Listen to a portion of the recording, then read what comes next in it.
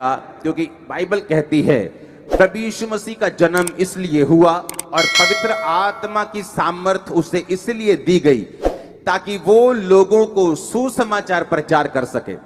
जब सुसमाचार प्रचार का हम जिक्र करते हैं तो लोगों को लगता है कि ये सब पास्टर लोग जो ये जिक्र कर रहे हैं इनका मतलब क्रिश्चियन या ईसाई बनाना या धर्म परिवर्तन करना है, इसीलिए वो चीजों को समझ नहीं पाते।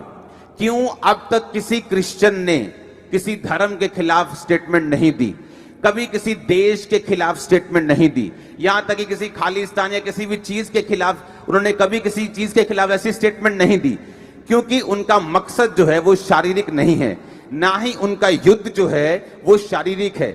बाइबल कहती है क्रिश्चियन अपने देश के लिए हमेशा आशीष का कारण होते हैं। वो जिस देश में रहते हैं उस देश के लिए वो प्रार्थना करते हैं, उनका मकसद सुसमाचार को लेके जाना है।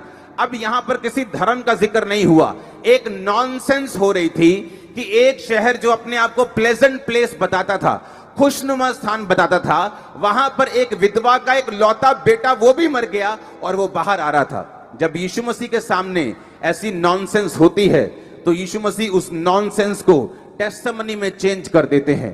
तो यीशु मसीह ने जब देखा कि नाइन नगर से, खुशनुमा नगर से एक विधवा के एक लौते बेटे की लाश बाहर आ रही है, ये मैं होने नहीं दे सकता।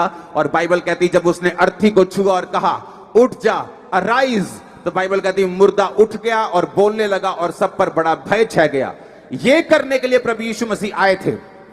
जो यहां पर यीशु मसीह ने किया आपकी नॉनसेंस को खत्म करने के लिए।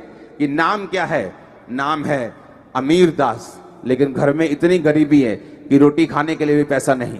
नाम क्या है? नाम है जी बंदर ठेकेदार, पर दिहाड़ी तक को काम नहीं है। नाम क्या है? नाम जो भी है जिंदगी नाम के उलट हो चुकी है। नाम कुछ भी है, जिंदगी नाम के बिल्कुल खिलाफ हो चुकी। जो नाम बंदे का है जिंदगी उसके टोटल खिलाफ, उसके रिजल्ट लाइफ के टोटल खिलाफ चल रहे हैं। ये खत्म करने के लिए प्रभु यीशु मसीह दुनिया में आए। इसलिए उसने कहा यहोवा ने मेरा अभिषेक किया है ताकि मैं लंगड़ों को चलाने का, मुर्दों को जिलाने का, कुचलों हुओं को छुड़ाने का सुसमाचार प्रचार कर सकूं और उन्हें छुड़ा सकूं। यही करने के लिए प्रभु यीशु मसीह आपकी लाइफ में आए। मेरी लाइफ में एक नॉनसेंस थी क्या कि जवान लेकिन नशों में, मेंटली अपसेट, मेंटली अटैक के दौरे पड़ते हैं, वैसे जवान एक शैतान का ये एक नॉनसेंस थी। हाँ, वैसे शादीशुदा लेकिन उस बहन के बच्चे नहीं हो रहे, गर्भ में रसौलियां हैं, जबकि परमेश्वर कहता है इंसान को बी मल्टीप्लाई, बी फ्रूटफुल। जब परमेश्वर ने आदम और हवा को बनाया तो क्या बोला? फूलो, फलो और पृथ्वी भर में भर जाओ। ये खुदा की इच्छा है कि हम फूले और फले और पृथ्वी में भरें, लेकिन शैतान की इच्छा यह है कि वो मारे और घात करे और नष्ट करे आपके गर्भ को, आपके फल को, आपके फाइनेंस को। कि बंदा तो बहुत पढ़ा लिखा है जी, उसने जो बीएड की है जी, उसने पीएचडी की है, पर अभी भी जॉब के लिए ट्राई कर रहा है। ये एक नॉनसेंस है। और बाइबल कहती है दुनिया पे कोई भी जन आपकी नॉनसेंस खत्म नहीं कर सकता। मैं किसी धर्म की बात नहीं कर रहा हूं, लेकिन सिर्फ जीसस क्राइस्ट है, सिर्फ प्रभु यीशु मसीह जिसने आपकी नॉनसेंस के लिए क्रूस उठाया। और इसीलिए प्रभु यीशु मसीह कहते हैं जहां मैं आऊंगा वहां नॉनसेंस खत्म हो जाएगी। लोग खत्म कर सकते हैं टेम्परेरी, जब यीशु मसीह खत्म करेंगे तो पीढ़ियों तक करेंगे यीशु मसीह के नाम में। जो मैं आपकी लाइफ में होता हुआ देख रहा हूं, अगर आमीन हो चाहे तो ये बरकत आपकी है। हालेलुया।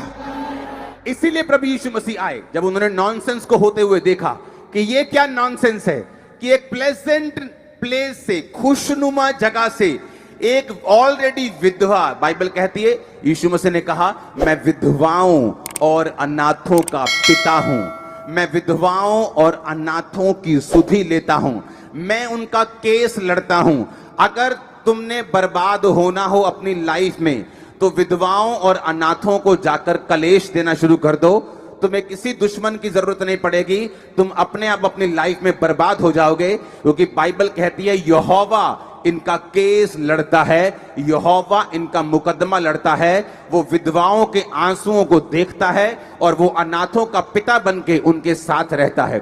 जब यीशु मसीह ने देखा यहोवा के वचन को कि शैतान ने एक विधवा के एक लौते पुत्र को भी खत्म कर दिया, एक नॉनसेंस क्रिएट कर दी, एक चुरा लिया, घात कर दिया, नष्ट कर दिया, तो बाइबल कहती चोर चुराने के लिए आता है, घात करने के लिए आता है, नष्ट करने के लिए आता है। यीशु मसीह कहते हैं मैं जीवन देने के लिए आया हूं और बहुतायत का जीवन देने के लिए आया हूं। सिर्फ यीशु मसीह ने उस मुर्दे को जिंदा ही नहीं किया होगा, अगर उसके अंदर पाप भी होंगे, उसके अंदर नशा भी होगा, अगर व्यभिचार भी होगा, वो भी उसने खत्म किया होगा, विधवा की कमियों को भी खत्म किया होगा, जीवन तो दिया ही होगा, बहुतायत का जीवन दिया होगा। जब वो जी उठा होगा पाप के खत्म होने के कारण, अब वो फाइनेंशियली भी ब्लेस्ड होगा। जिस कारण उसकी मौत हुई, वो बीमारी हो या कुछ भी हो, वो भी उसकी जिंदगी से चली गई होगी। इसीलिए प्रभु यीशु मसीह ने कहा जब मैं आया, मैं तुम्हें जीवन देने के लिए आया और बहुतायत का जीवन देने के लिए आया। कभी मत डरना सुसमाचार देने के लिए, अपने पड़ोसियों को, अपने गांवों को, अपने नगरों को कभी मत डरना, सुसमाचार देते रहना, क्योंकि तुम धर्म का नहीं जीसस क्राइस्ट का सुसमाचार दे रहे हो, जो नॉनसेंस को खत्म करने के लिए दुनिया में आया, और यह प्रचार होता रहेगा यीशु मसीह के सामर्थ्य नाम में। हालेलुया। ऐसा नहीं हो सकता कि यीशु मसीह नॉनसेंस को देखते रहें और कुछ ना करें और बोल दें कि नहीं तुमने कुछ ऐसे कर्म किए इसलिए तुम नॉनसेंस को सह रहे हो। बाइबल ऐसे कर्मों को नहीं मानती। बाइबल कहती है मांगो तो दिया जाएगा।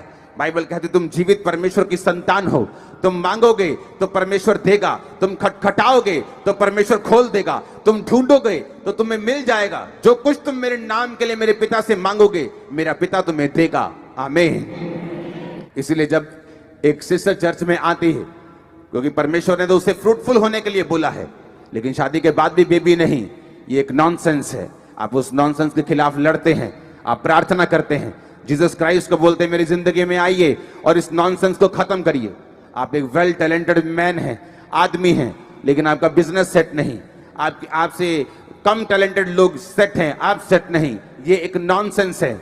जब नॉनसेंस आपकी फैमिली में हो, जब घर के जवान लोग जिन्होंने अगुवाई करनी है, आपके घर का खर्चा उठाना है, घर से सिलेंडर चोरी करने लगे नशे के लिए, ये एक नॉनसेंस है। और बाइबल कहती है नॉनसेंस को खत्म करने में एक्सपर्ट हैं यीशु मसीह, इसके एक्सपर्ट हैं वो। जीसस का प्रचार करो घर घर में, नॉनसेंस खत्म हो जाएगी यीशु मसीह के सामर्थ्य नाम में। आमीन। ऊंचे वाला चाहिए मेरे को।